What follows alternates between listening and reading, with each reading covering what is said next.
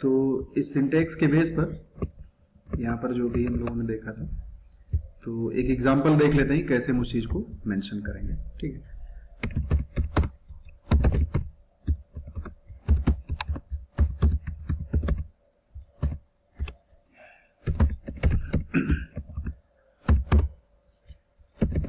ये सारी चीजें बताई गई हैं स्टार्टिंग में।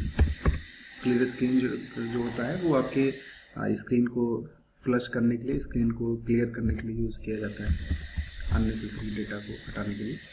तो अगर हम यहाँ पर सिंपल एक प्रोग्राम बनाएं जिसमें कोई रिपीटेटिव अप्रोच ना हो, सिंपल मैसेज, सिंपल प्रोग्राम, ठीक है। अब इसको अगर हम रन कराएंगे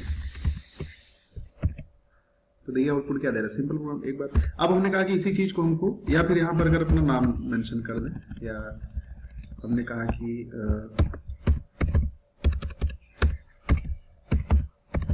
नेलेट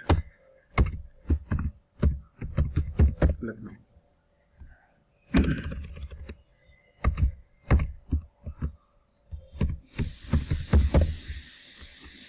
तो अब इसको हम रन कराएं। यहां पर देखिए क्या दे रहा है, 1 टाइम आ रहा है नेलेट लखनऊ। हमने कहा इसी चीज को हमको 10 टाइम रिपीट करवाना है। क्या करना है, 10 टाइम प्रिंट करवाना है। तो अगर सिंपल आप बना रहे हो सिंपली, तो उसको क्या करोगे, आपको 10 बार जाकर के लिखना पड़ेगा। मतलब कि जैसे यहां पर आपने लिखा है, फिर दूसरा प्रिंटफ, और यहां पर जाकर के फिर से आपको क्या करना पड़ेगा, नेलेट मेंशन करना पड़ेगा, या कोई नेम है जो भी है, आपको सारी चीजें क्या करना पड़ेगा, मेंशन करना। मतलब अगर आपको 100 टाइम चाहिए तो आपको 100 टाइम जाकर के ये चीज ये अप्रोच अप्लाई करना पड़ेगा। ठीक है, बट ये की बहुत कॉम्प्लेक्सिटी है कि जहां पर छोटे मोटे मतलब कि 2 4 10 बार रिपीट करो, स्टेटमेंट को रिपीट कराना हो तो हम जाकर के एक एक उसके पॉइंट पे हम मेंशन कर सकते हैं, एक एक चीज को लिख सकते हैं। लेकिन जहां पर लार्ज में होता है, जहां पर 100 टाइम होता है, 200 टाइम होता है, ठीक है, तो ऐसी सिचुएशन में क्या होता है, कॉम्प्लेक्सिटी हमारे प्रोग्राम की बढ़ जाती है, नंबर ऑफ लाइंस बहुत बढ़ जाते हैं, और प्रोग्राम की जो मतलब कॉम्प्लेक्सिटी है वो काफी ह्यूज हो जाती है। ठीक है, तो इस चीज को अगर जैसे इसको रन कराएंगे तो ये 2 बार आ रहा है, ठीक है, आपको 100 टाइम चाहिए तो 100 टाइम लिखना पड़ेगा, 200 टाइम चाहिए तो 200 टाइम लिखना पड़ेगा। ठीक है, तो एक तो ये अप्रोच हो गया जो सिंपल तरीके से, और दूसरा अप्रोच है आपके पास लूप मेंशन करने का। ठीक है, इसके लिए क्या होगा, अभी जो फॉर लूप ने बताया था उसके बेस पर इस एग्जांपल को देख लेते हैं। तो एक वेरिएबल बनाना पड़ेगा, क्योंकि इंक्रीमेंट डिक्रीमेंट क्या होगा, आपके इंटीजर टाइप के ही वेरिएबल में हो सकता है, मतलब न्यूमेरिकल वो चाहिए। ठीक है, तो इंट हमने कहा कि लूप, राइट, एक सिंपल, ये मीनिंगफुल है, ऐसा कोई जरूरी नहीं कि वेरिएबल का नाम हमने लूप इसलिए रखा था, ये पता चलेगा लूप पर्पस के लिए यूज किया जा रहा है, रिपीटिशन के लिए यूज किया जा रहा है। तो स्टार्टिंग सबसे पहले यहां पर देखिए सिंटैक्स क्या था, इनिशियलाइजेशन, फिर कंडीशन, फिर इंक्रीमेंट डिक्रीमेंट। तो ये जो प्रोग्राम बन रहा है हमको क्या करना है, नेलेट लखनऊ को या कोई यहाँ पर जो भी मैसेज आपको देना हो वो दे सकते हैं, उस मैसेज को हमको क्या करना है, 10 टाइम रिपीट करवाना है।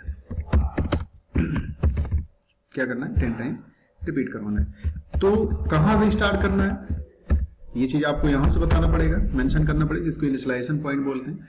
तो लूप इक्वल टू 0, ठीक है, फिर हमने कहा 0 से स्टार्ट करना है, कहां तक चलना है, 10, ठीक, वहां तक पहुंचेगा कैसे, इंक्रीमेंट करके। तो तीनों चीज को अगर एक मीनिंगफुल लाइन के बेस पर हम समझने का प्रयास करें तो चीजें एकदम इजीली समझ में आ जाएंगी। फिर उसके बाद ये आपकी लूप की बॉडी, ठीक है, तो loop equal to 0, loop less than 10, loop plus plus. तो अभी क्या होगा कि ये 0 से स्टार्ट होगा, 10 तक चलेगा। कैसे चलेगा, इंक्रीमेंट करके, मतलब 0 है, 1 है, फिर 2 है, फिर 3 है, इस तरह से कंटिन्यू बढ़ते हुए क्रम में आगे इंक्रीमेंट करता जाएगा। और जितनी बार भी कंडीशन सही होगी, आपको बताया गया था कि फर्स्ट स्टेटमेंट ये है, सेकंड ये है, फिर थर्ड ये, मतलब थर्ड में एग्जीक्यूशन होता है, फोर्थ में इंक्रीमेंट डिक्रीमेंट।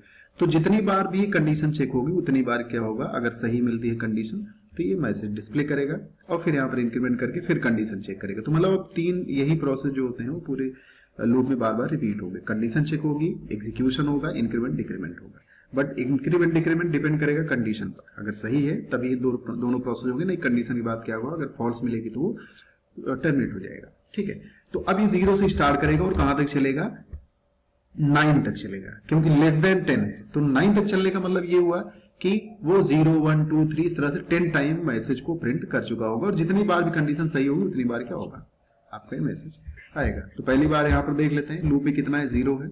लूप कब तक, लूप की वैल्यू क्या 10 से छोटी है, हाँ कंडीशन सही है, तो यहां पर क्या प्रिंट करेगा, फॉर लूप, ठीक है। फिर इंक्रीमेंट करेगा, अब लूप की वैल्यू कितनी हो जाएगी, 2, ठीक है, सॉरी 1, 0 से 1 का इंक्रीमेंट करेगा 1 हो जाएगा। फिर कंडीशन चेक करेगा, कंडीशन यहां पर क्या है, सही है, 2 इज लेस देन 10, फिर डिस्प्ले करेगा मैसेज, फिर उसके बाद इंक्रीमेंट करेगा। तो ये प्रोसेस बार बार चलता रहेगा 0 से लेकर के और 9, ठीक है। इसको रन करा के देखते हैं। यहाँ पर एक अच्छा, एक्चुअली एक क्लियर स्क्रीन डिक्लेरेशन के बाद आता है, सी में यहाँ पर आता है, ठीक है। ये चीज, ये इसको हम नेक्स्ट लाइन कर देते हैं ताकि क्लियर है, /n, ये चीज, ठीक है। अब यहाँ पर नंबर भी आप मेंशन कर सकते हो कि जैसे आप चेक करना चाहते हो कितनी बार प्रिंट किया, तो यहाँ पर लूप %d, ठीक है, और यहाँ पर क्या दे रहे लूप, ठीक है, बस। अभी क्या दे रहा है, for loop 0 time, for loop 1 time, for loop 2 time, for loop 3 time, इस तरह से 9 टाइम तक आ रहा है। मतलब 9 टाइम मतलब 0 से स्टार्ट है तो 10 बार वो प्रिंट करेगा, ठीक है। अब अगर हमको 10 से 0 तक चाहिए तो क्या करना पड़ेगा, फिर यहाँ पर माइनस माइनस करना पड़ेगा, यहाँ पर सिंबल चाहिए, मतलब ग्रेटर देन का सिंबल लगाना पड़ेगा, फिर यहाँ पर आपको 10 से स्टार्ट करना, मतलब कि इस तरह से आप किसी भी अप्रोच में उसको मेंशन कर सकते हैं जैसी आपकी नीड है। तो एक छोटा सा एग्जांपल था कि फॉर लूप को कैसे हम मेंशन करते हैं, ठीक है। अब इसी पर एक और प्रोग्राम देख लेते हैं कि जैसे हमने कहा हमको 10 नंबर ये जो प्रिंट कर रहा है इसका हमको सम चाहिए, क्या चाहिए, सम चाहिए। तो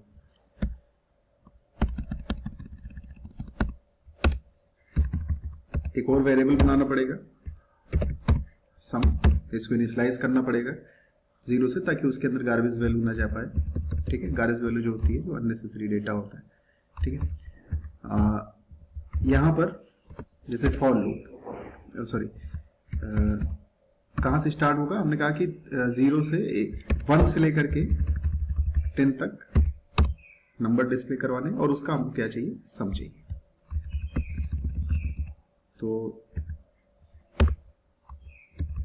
डिस्प्ले करवाने के लिए तो सिंपल अप्रोच आप अप्लाई कर सकते हो, %d/n से नेक्स्ट लाइन में चला जाएगा, यहाँ पर लूप,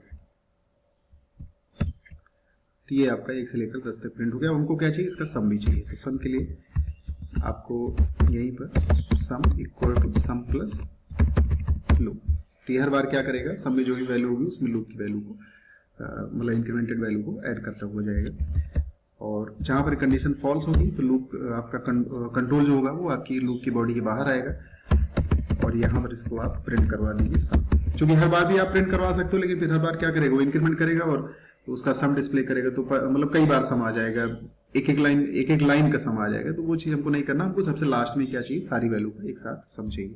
तो यहाँ पर क्या करना है, एक मैसेज दे दो सम इक्वल टू %d, और यहाँ पर सम, बस, ठीक है। क्या दे रहा है, 55, ठीक है। इस तरह से यूजर से भी वैल्यू लेकर के उसका भी सम कराया जा सकता है, ठीक है। तो ये एक छोटा सा प्रोग्राम था लूप के थ्रू, कैसे हम चीजों को रिपीट कराते हैं, किस सिचुएशन कैसे हम उसको मेंशन कर सकते हैं, ठीक है। और अब इसी तरह से जैसे आप लोग ट्राई करिए, जैसे टेबल हमको जनरेट करनी है, जैसे 2 की टेबल है, 4 की टेबल है, 5 की टेबल है, 6 की टेबल है, किसी भी चीज की टेबल जो होती है उस चीज कैसे मेंशन